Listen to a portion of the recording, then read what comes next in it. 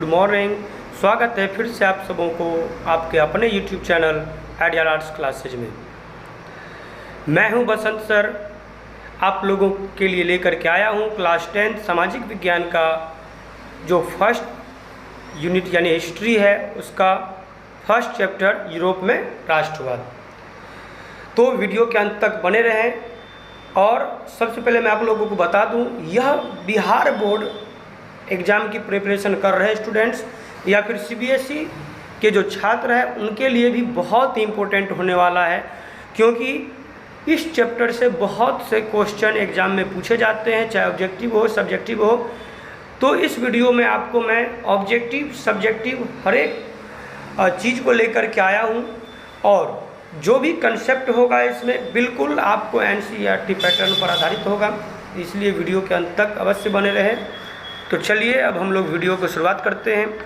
इससे पहले मैं आप लोगों को बता दूं, अगर आप लोगों को वीडियो अच्छा लगता है तो वीडियो को लाइक करें, शेयर करें, और जो लोग अभी तक चैनल को सब्सक्राइब नहीं किए हैं चैनल को सब्सक्राइब अवश्य कर लें।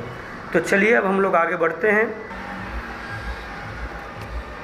तो देखिए, हम लोगों का जो चैप्टर है वो है यूरोप में राष्ट्रवाद या यूरोप में राष्ट्रवाद का उदय। ठीक है, तो यह चैप्टर मैंने बताया NCERT पैटर्न पर आधारित है। ठीक है, जो आपको किसी भी बोर्ड से प्रिपरेशन कर रहे स्टूडेंट्स के लिए बहुत ही इम्पोर्टेंट है। तो चलिए हम लोग सिलेबस को देखते हैं कि यूरोप में राष्ट्रवाद का उदय। ठीक है, आखिर ये यूरोप में राष्ट्रवाद का उदय क्या है। तो सबसे पहले देखिए, यूरोप जो है, यूरोप यह एक महादेश है जिसके अंतर्गत विभिन्न छोटे छोटे देश आते हैं, कुछ देश बड़े भी हैं। ठीक है, तो यहाँ पर राष्ट्रवाद के उदय का अर्थ क्या हुआ। देखिए, 19वीं शताब्दी में यूरोपीय महाद्वीप में जो है राष्ट्रवाद की एक ऐसी लहर चली जिसमें यूरोपीय देश का कायाकल्प कर दिया, अर्थात यूरोपीय देश को जो है एक नए रूप से निर्माण करने में जो है सहायक हुआ। कब का समय? 19वीं शताब्दी का समय। ठीक है, तो ये 19वीं शताब्दी का समय जो है यूरोपीय लोगों के लिए कहें या फिर यूरोपीय देश में रहने वाले लोगों के लिए या फिर पूरे यूरोप के लिए एक बहुत ही महत्वपूर्ण काल रहा है। यही एक ऐसा समय था जब छोटे छोटे क्षेत्रीय राज्यों से जो छोटे छोटे क्षेत्रीय राज्य थे वो मिल करके एक बड़े राष्ट्र के रूप में उभर करके सामने आया, जैसे जर्मनी, इटली, रोम इत्यादि। और ये यूरोपीय जो स्वतंत्रता संग्राम कह लें या फिर यूरोप में जो राष्ट्रवाद का उदय हुआ, इसी का परिणाम था कि जो कुछ देश थे जैसे कि यूनान, पोलैंड, बुल्गारिया, ये सभी जो है स्वतंत्र होकर के एक राष्ट्र बने। ठीक है, तो ये था इसकी पृष्ठभूमि। ठीक है, तो देखिए, हम लोगों का जो पहला चैप्टर था यूरोप में राष्ट्रवाद। ठीक है, तो इस यूरोप में राष्ट्रवाद के अंतर्गत सबसे पहले हम लोग ये समझने का प्रयास करते हैं कि राष्ट्रवाद क्या होता है। ठीक है, तो अगर मैं आप लोगों से एक प्रश्न पूछूं, क्या आप लोग अपने देश से प्रेम करते हैं? क्या आप लोग अपने देश के उन्नति के बारे में सोचते हैं? क्या आप लोग ऐसा सोचते हैं कि हमारा देश उन्नति करे? तो आप लोगों का क्या राय होगा?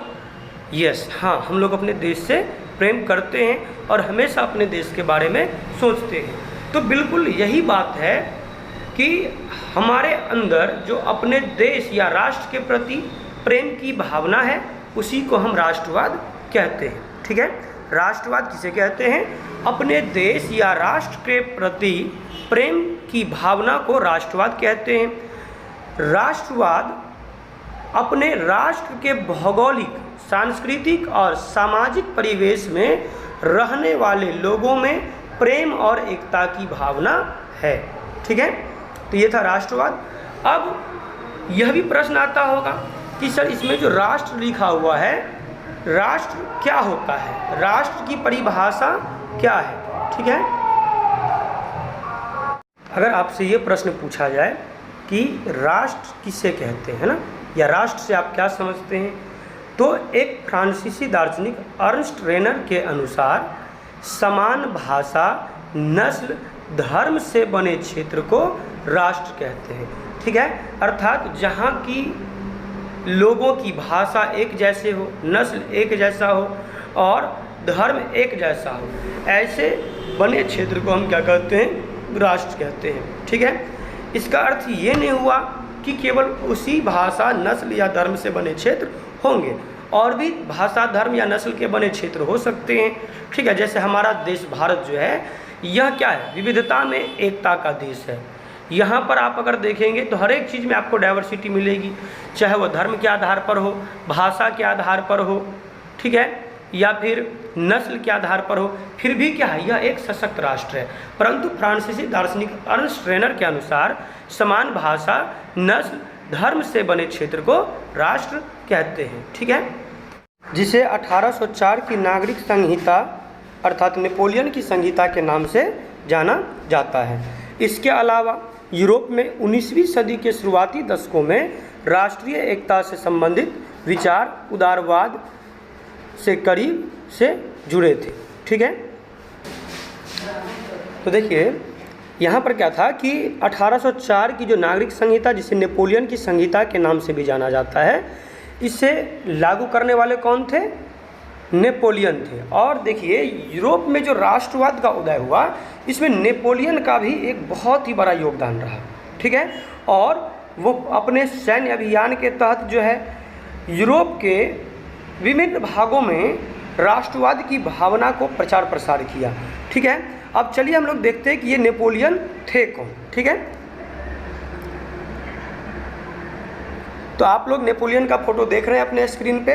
देखिए सबसे पहले इसे नेपोलियन को नेपोलियन बोनापार्ट के नाम से जाना जाता है। ठीक है, किस नाम से जाना जाता है, नेपोलियन बोनापार्ट। इसका जन्म जो है वह 15 अगस्त 1769 को अजासियो फ्रांस में हुआ था, और इनकी मृत्यु जो है वो 5 मई 1821 को Longwood House, Longwood Saint Helena में हुई थी। ठीक है, तो अब नेपोलियन में इतनी योग्यता थी, शुरुआती दौर से बहुत ही शूरवीर थे, बहुत ही बड़े योद्धा बने, और केवल 24 वर्ष की आयु में ही जो है वो फ्रांस का सेनापति बना।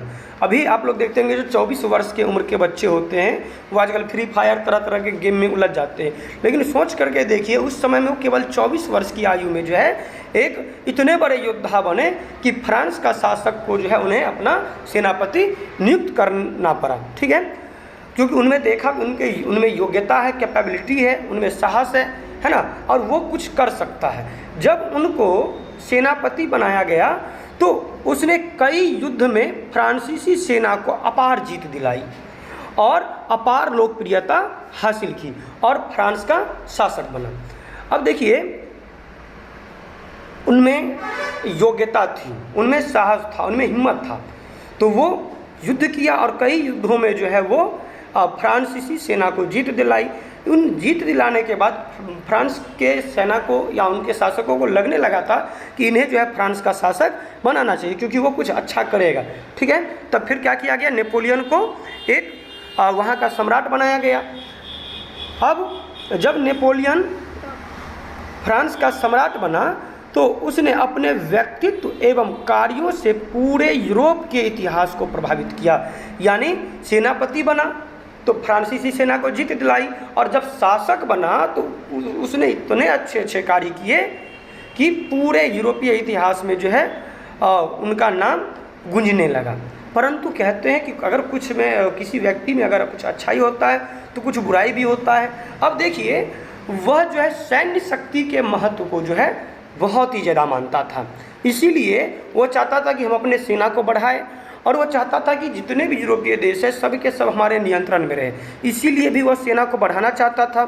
और साथ ही साथ राष्ट्रवादी विचारों को उन्होंने बांटने के लिए उन्होंने क्या किया, तो कुछ क्षेत्रों में कब्जा कर लिया और कर को बढ़ाना, जबरन भर्ती जैसे कानून व्यवस्था जो है वो क्या कर दिया, स्थापित कर दिया। ठीक है, तो ये सभी उनकी कुछ भूलें थी जो उन्होंने। आगे है नेपोलियन का शासन काल। ठीक है, क्या है, नेपोलियन का शासनकाल। तो जब नेपोलियन फ्रांस पर अपना शासन चलाना शुरू किया तो उन्होंने प्रजातंत्र को हटाकर उन्हें राजतंत्र को क्या कर दिया, स्थापित कर दिया। जो 1789 की फ्रांसीसी क्रांति के दौरान तंत्र को हटा करके फ्रांसीसी सत्ता फ्रांस के लोगों के नागरिकों के हाथ में सौंप दिया गया था। और जब नेपोलियन फ्रांस पर अपना शासन चलाना शुरू किया तो उन्होंने क्या किया, तो प्रजातंत्र को हटा दिया और फिर से जो है वहाँ पर राजतंत्र स्थापित कर दिया। ठीक है। उसके बाद नेपोलियन के समय ही व्यापार, आवागमन एवं संचार में बहुत ही ज़्यादा क्या हुआ, विकास हुआ। ये इनकी एक उपलब्धि थी। ठीक है। उसके बाद जो है राष्ट्रवादी विचार को बांटने के लिए उन्होंने कुछ क्षेत्रों में कब्जा कर लिया और कर को बढ़ाना, क्या करना, कर को बढ़ाना, जबरन भर्ती जैसे अनेक कानून व्यवस्था क्या कर दिया, वहाँ पर स्थापित कर दिया। तो उन्होंने कुछ अच्छा भी किया और कुछ बुरा भी किया, लेकिन उनकी भावना क्या थी कि हम पूरे यूरोपीय देशों में राष्ट्रवाद की भावना को फैलाएं और यूरोप के लोग जो है हमें ज़्यादा वैल्यू दें। अब अगला पॉइंट आता है इसी में कि राष्ट्रवाद के विकास में सहायक तत्व, अर्थात ऐसे कौन से तत्व हैं जो राष्ट्रवाद के विकास में सहायक हुए। ठीक है। तो इसमें आप लोग देख रहे हैं अपने स्क्रीन पे, अभी मैं आप लोगों को बताने जा रहा हूँ राष्ट्रवाद के विकास में सहायक तत्व, अर्थात यूरोप में राष्ट्रवाद के विकास में सहायक तत्व। तो पहला पॉइंट इसके अंतर्गत है पुनर्जागरण के फलस्वरूप उत्पन्न परिस्थितियाँ। तो पुनर्जागरण 14वीं से 17वीं शताब्दी के बीच के काल को पुनर्जागरण काल कहा जाता है। कहाँ पर, यूरोप में। उसके बाद फ्रांसीसी क्रांति के आदर्श, फ्रांसीसी क्रांति कब हुई, 1789 ईस्वी में। इसके बाद नेपोलियन का सैन्य अभियान, क्या, नेपोलियन का सैन्य अभियान। ठीक है। नेपोलियन का सैन्य अभियान, या फिर हम कह सकते हैं नेपोलियन ने जो सैन्य अभियान किया था जिसमें 1804 में नेपोलियन संहिता पारित किया था, वह भी बहुत ही योगदान दिया। उसके बाद मध्यम वर्ग का उदय। ठीक है। उसके बाद तत्कालिक सामाजिक के परिवेश और मेटरनिक की प्रतिक्रियावादी नीति। अब ये सब था राष्ट्रवाद के विकास में सहायक तत्व। तो थोड़ा सा हम लोग ये जानने का प्रयास करते हैं कि नेपोलियन का पतन कैसे हुआ। क्या जानेंगे हम लोग, नेपोलियन का पतन कैसे हुआ। और यह जो है आपको बहुत ही कम देखने को मिलेगा कहीं पर, इसलिए मैंने आप लोगों के लिए ढूंढ करके ये चीज़ लाया हूँ कि नेपोलियन का पतन कैसे हुआ। तो देखिए नेपोलियन का पतन वर्ष 1812 में कई कारणों के चलते नेपोलियन रूस पर विजय प्राप्त करने में विफल रहा। यानी बहुत से ऐसे कारण थे जिस कारण से नेपोलियन जो है रूस पर विजय प्राप्त नहीं कर पाया, है ना। जैसे उन कारणों में दोषपूर्ण रसद, खराब अनुशासन, बीमारी और प्रतिकूल मौसम, इन सभी कारणों से जो है वह रूस पर जीत हासिल करने में असफल रहा। उसके बाद वर्ष 1804 में नेपोलियन को पराजित कर एल्बा द्वीप पर निर्वासित कर दिया गया। किनको, नेपोलियन को। यानी 1814 ईस्वी में जो है नेपोलियन पराजित हुआ और एल्बा द्वीप पर से वो निर्वासित हो गया। इस प्रकार अंततः 1815 में वाटरलू के युद्ध में वो पराजित हो गया और उन्हें कैदी बना लिया गया। और कहा जाता है कि उनकी मृत्यु जो है कैद के दौरान ही हो गया था। तो ये था नेपोलियन का पतन।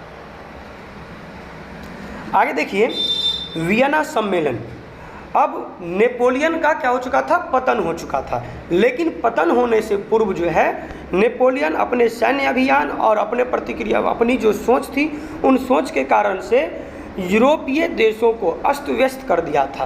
परंतु जब नेपोलियन का पतन हो गया तो नेपोलियन के पतन के बाद, ठीक है, नेपोलियन के पतन के बाद सभी विजय शक्तियाँ 1815 में ऑस्ट्रिया की राजधानी वियना में एकत्रित हुए।